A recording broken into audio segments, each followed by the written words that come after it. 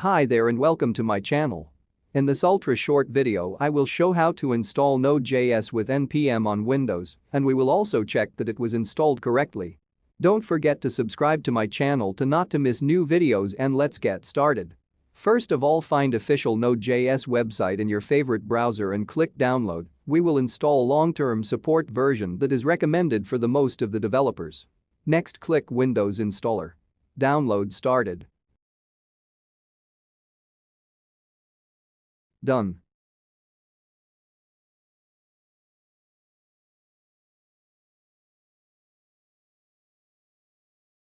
Click Next. Check I accept checkbox. Click Next. Change directory for the installation or leave the default one. Click Next. Check that npm package manager is on.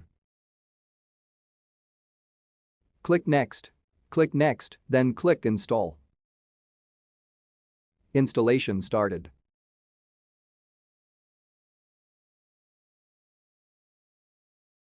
Done. Click Finish. Next, we need to check that Node.js and npm was installed correctly.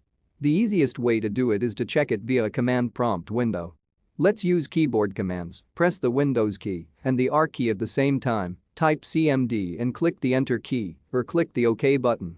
We need to print a node -v, check that it prints a version, then npm -v, check that npm version also valid.